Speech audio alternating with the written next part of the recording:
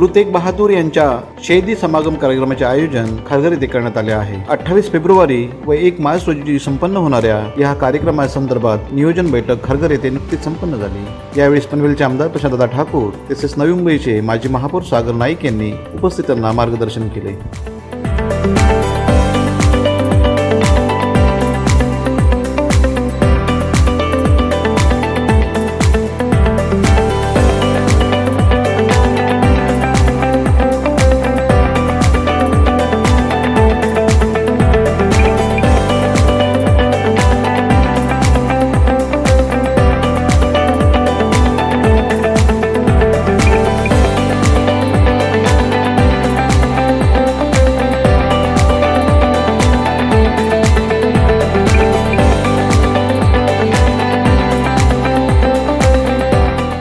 वाहेगुरु की फतेह। आज हिंद दी चादर श्री गुरु तेग बहादुर सिंह जी के 350वें शहीदी समागम के अवसर पर हम सभी के बीच में एक ऐतिहासिक ऐसा कार्यक्रम हम जिसका अनुभव करने वाले हैं।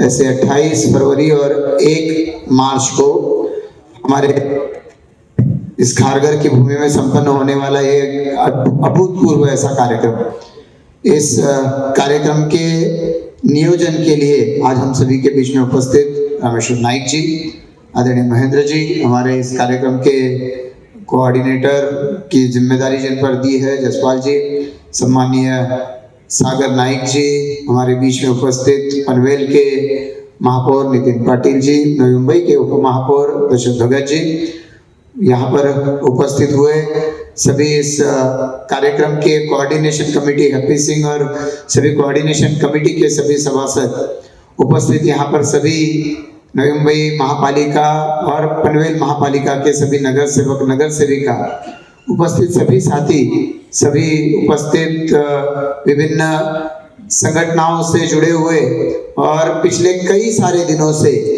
इस क्षेत्र में इस कार्यक्रम को यशस्वी बनाने के लिए मेहनत करने वाले सभी सहयोगी, सभी उपस्थित विभिन्न जो रामेश्वर जी ने बताया ऐसे सारे समाज को प्रतिनिधित्व करने वाले हमारे सारे सहयोगी, सभी उपस्थित बहनें और सभी उपस्थित भाइयों, मला विशेषत्वानं आपल्या सर्वांच्या सोबतीनं या कार्यक्रमाच्या आयोजनाबद्दल पुन्हा एकदा राज्याचे माननीय मुख्यमंत्री देवेंद्र फडणवीस साहेब यांचं आणि महाराष्ट्राच्या सरकारचं मनापासून आभार व्यक्त करायचं आहे की अशा पद्धतीचा एक अभूतपूर्व असा कार्यक्रम आपल्या सर्वांच्या या म्हणजे आपण म्हणूया साक्षीनं पार पडणार आहे. आणि आज आपल्याला बोलवलेलं आहे केवळ साक्षीदार बनण्यासाठी नाही, या कार्यक्रमाचा आपण काहीतरी एक घटक बनावं या भावनेतून बोलवलेलं आहे, ज्याचा उल्लेख या ठिकाणी यापूर्वी केला गेला. रामेश्वरजींनी तो केला, महेंद्रजी बोलले, आपण आपल्या आपल्या परिसरामध्ये यापूर्वी जे कार्यक्रम त्यांनी सांगितले तर ते कार्यक्रमाच्या माध्यमातून आपण कदाचित यापूर्वी सहभागी झाला असा, पण मला असं वाटतं की आपल्यापैकी फार कमी लोक असतील की आजपासून महिनाभराच्या आधी या संदर्भामध्ये आपल्याला खूप काही माहिती होतं. आपल्याकडे तर सागरजी नव्या मुंबईमध्ये आणि पनवेलच्या या परिसरामध्ये गेल्या काही वर्षांमध्ये सतत हे शहीदी समागमाचे कार्यक्रम होत आहे आणि त्याच्यामुळं या संदर्भात त्या कार्यक्रमांच्या माध्यमातून त्या कार्यक्रमाच्या निमित्तानं आपल्याला काही कल्पना काही मंडळींना आलेली आहे, पण इतका विस्तृतपणानं आपलाच इतिहास आपल्या समोर आज जसा मांडला गेला, अलीकडच्या काळामध्ये जसा तो आपल्या समोर मांडला गेलाय, मला वाटतं की असं खूप यापूर्वी नव्हतं झालेलं. म्हणजे आपण ज्या वेळेला शिक्षण घेतलं, तुम्ही जसा रमेश भाऊ उल्लेख केला, त्या शिक्षणाच्या काळात तर आम्हाला कोणी हा इतिहासच सांगितलेला नाही, आणि जर तो आज सांगितला गेला नाही तर आमच्या पुढच्या पिढ्यांना तर तो कदाचित अजिबातच सांगितला जायचा नाही.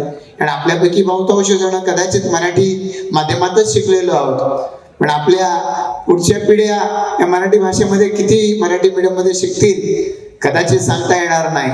आणि आपल्याला जो इतिहास शिकवला गेला त्या इतिहासामध्ये छत्रपती शिवाजी महाराज सोडले तर त्यांच्या पुढच्या पिढ्या आपल्याला किती शिकवल्या गेल्या, आणि या उलट मग आपल्याला बाबर, हुमायूं आणि ते सगळ्यात त्यांच्या पिढ्याच्या पिढ्या माहिती आहेत. त्यांचं या देशासाठी योगदान काय होतं, हा देश आणि या देशाचा धर्म संपवण्यासाठीच मात्र त्यांनी काम हे अगदी एखाद्या क्रूर अशा पद्धतीच्या प्रशासकाप्रमाणे केलं. आणि त्याच वेळेला त्या क्रूर सत्तेच्या विरोधामध्ये आमचा धर्म, मग तो धर्म म्हणजे केवळ ते हिंदू मुस्लिम शीख अशा पद्धतीचा नाही आहे.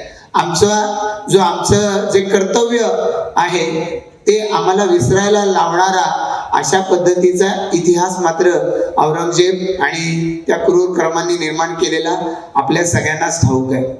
आज सुदैव आहे आपलं की अशा पद्धतीनं आपल्या इतिहास जागवणारा, आपल्याला सांगणारा अशा पद्धतीनं एक यासाठी काम करणारा असा एक वर्ग समाजामध्ये आहे. पण त्याच वेळेला त्याची क्षमता मर्यादित असते काही अंशानं.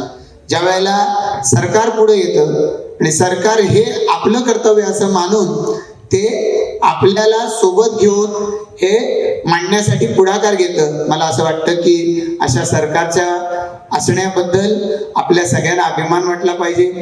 त्या सरकारच्या बरोबर आपण याच्यामध्ये काहीतरी योगदान देऊ शकू याचा आपल्यालाही सगळ्यांना मनापासून आनंद असला पाहिजे. आणि म्हणूनच आपल्या भूमीमध्ये, आपल्या या नव्या मुंबईच्या पनवेल परिसरामध्ये हा कार्यक्रम होतोय. जसं सांगितलं गेलं, महाराष्ट्र नाही, शेजारच्या परिसरामधली सर्वसामान्य जनता येणार आहे. अनेक राज्यांचे मुख्यमंत्री परवा शनिवारी आणि रविवारी या ठिकाणी या कार्यक्रमाला उपस्थित राहून काहीतरी प्रेरणा घेऊन जाण्यासाठी येणार आहेत. मला ज्या वेळेला कार्यक्रमाविषयी माहिती सांगितली तेव्हा मला सांगितलं गेलं की दिल्लीमध्ये असे कार्यक्रम झाले, पंजाबमध्ये असे कार्यक्रम होत आहेत, पण त्यानंतर प्रामुख्यानं हे कार्यक्रम महाराष्ट्रात होत आहेत. त्यामुळे असं महाराष्ट्रामध्ये हे सगळे कार्यक्रम जेव्हा होत आहेत त्यावेळेला त्या कार्यक्रमांमध्ये आपल्याला भाग घेता येणं हे खरंच खूप आपल्या सर्वांच्या दृष्टिकोनातून एका अर्थानं भाग्याची गोष्ट आहे. आणि त्यामुळे या सगळ्यामध्ये आपापल्या परीनं आता या क्षणापासून आपण जे आपलं योगदान देऊ शकू ते देण्याचा आपण सगळ्यांनी मिळून प्रयत्न करूया, इतकंच आवाहन या निमित्तानं आपण सर्वांना करतो. ज्याचा उल्लेख रामेश्वर बाबू आपण केला की एकीकडं श्री गुरु तेग बहादूर यांचं समर्पण आहे आणि आता पुढच्या महिन्यातच छत्रपती संभाजी महाराजांचाही बलिदान दिवस 19 तारखेला आपण साजरा करू. पाडव्याच्या दिवशी तो तिथीप्रमाणे दिवस येतो की त्या छत्रपती संभाजी महाराज यांनी एकही लढाई हरले नाही, पण छळ आणि कपटानं त्यांना ताब्यात घेतल्यानंतर त्यानंतर त्यांचे हाल हाल करून त्यांना ज्या पद्धतीनं या ठिकाणी आयुष्यातून संपवण्यात आलं, पण त्यांनी आयुष्य संपवणं पसंत केलं, पण स्वतःचा धर्म त्यागला नाही. श्री गुरु तेग बहादूर सिंग साहेब आहेत, छत्रपती संभाजी महाराज आहेत, यांच्यापेक्षा त्यागाचं काय वर्णन आपल्याला आणखीन कोणी करायची आवश्यकता आहे. पण हे पुढच्या पिढ्यांपर्यंत आपल्याला सांगता आलं पाहिजे आणि ते सांगता येईल अशा पद्धतीनं ते महान अशा पद्धतीच्या विभूती समाजामध्ये होऊन गेल्या.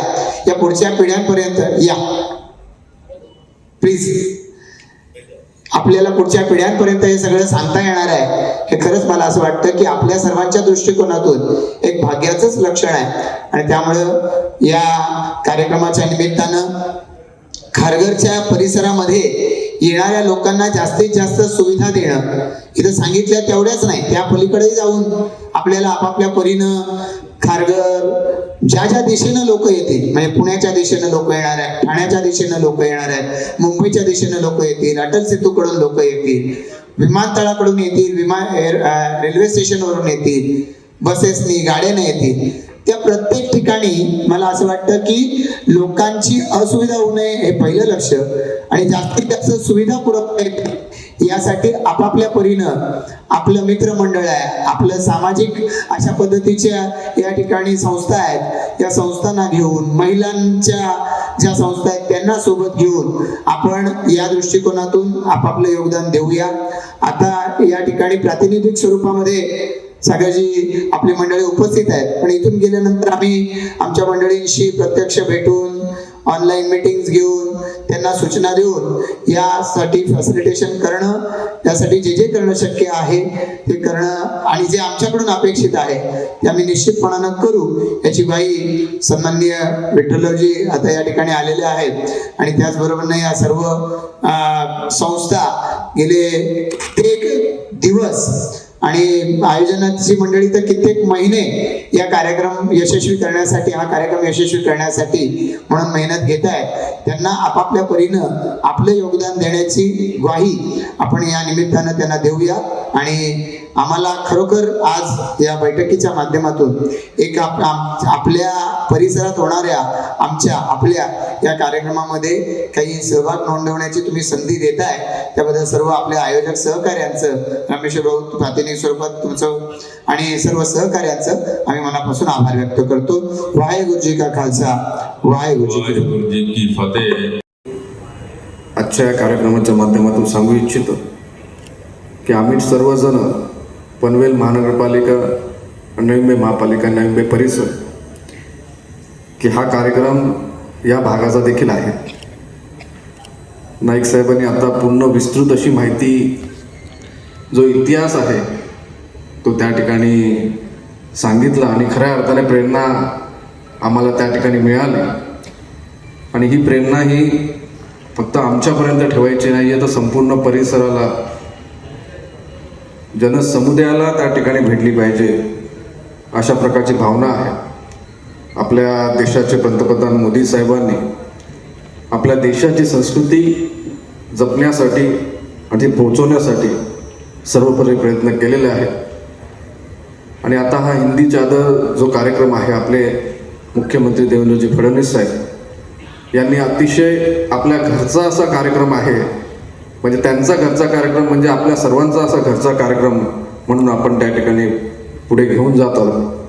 आणि हा फक्त शीख समुदायाचा कार्यक्रम नसून आपण इथे राहणाऱ्या सर्वांचाच हा कार्यक्रम आहे, अशीच भावना ठेवून ज्याप्रमाणे सांगितलं की यजमान पनवेल महानगरपालिका, नवी मुंबई महापालिका परिसर त्या ठिकाणी आहे आणि कुठेही या ठिकाणी कमी आमच्या माध्यमातून होऊ देणार नाही, अशा प्रकारच्या ग्वाही आणि विश्वास तुम्हाला या अनुषंगाने देतो. आमचे सर्व नगरसेवक या ठिकाणी उपस्थित आहेत आणि आपल्या माध्यमातून जे जे काही शक्य असतील, मला नवी मुंबई महापालिकेचे अधिकारी कर्मचारी देखील या भागामध्ये उपस्थित त्या ठिकाणी झालेले आहेत. आणि हा 28 आणि 1 तारखेचा कार्यक्रम हा सक्सेस आणि याची गाथा सर्वप्रथम चालू राहील अशा प्रकारचा विश्वास देतो. आणि आज म्हणजे आमचं सौभाग्य आहे या भागाचं की या 350वी शहीदी संगम या ठिकाणी साजरा होत आहे, त्या ठिकाणी आपण करत आहोत, त्याचा आम्हाला अभिमान आहे आणि आमचं सौभाग्य आहे. आणि खऱ्या अर्थाने जी प्रेरणा आहे की जसं सांगितलं की आपण देवदेशासाठी लढलं पाहिजे. आज एवढी वर्ष ज्या औरंगजेब क्रूर कृत्य करून आपल्याशी लढत होता आणि त्या औरंगजेबाचं नाव आपल्या एका जिल्ह्याला, शहराला त्या ठिकाणी महाराष्ट्रामध्ये होतं, ते बदलण्याचं काम जर कोणी केलं तर आपले देवेंद्र फडणवीस साहेबांनी केलं.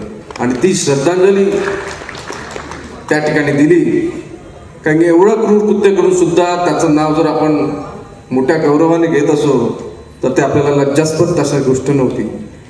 त्यामुळे त्या दिवसापासून आणि अनेक बाबींपासून सुरुवात की आपली संस्कृती आपल्या ताब्यात घेण्याची आपण त्या ठिकाणी सुरुवात केली. आणि पुढे ही संस्कृती ही जी तेज बहादूर असतील आणि सर्व गुरु असतील, शिवाजी महाराज असतील, त्यांनी आपल्याला प्रेरणा देऊन पुढे नेण्याचं काम त्या ठिकाणी केलेलं आहे. या ठिकाणी ज्या सगळ्या बाबी या कार्यक्रम यशस्वी करण्यासाठी लागतील, नाईक साहेबांच्या नेतृत्वात प्रशांतजी ठाकूर साहेब आहेत, आम्ही सर्वजण आपल्या देवेंद्र फडणवीस साहेबांच्या आदेशान्वये त्या ठिकाणी पूर्ण करण्यासाठी तत्पर आहोत. इथे सगळे नगरसेवक आहेत, प्रत्येकाने आपापली जबाबदारी आपण निश्चित करून हा 2 दिवसाचा कार्यक्रम यशस्वी करण्यासाठी सर्वत्र प्रयत्न करू.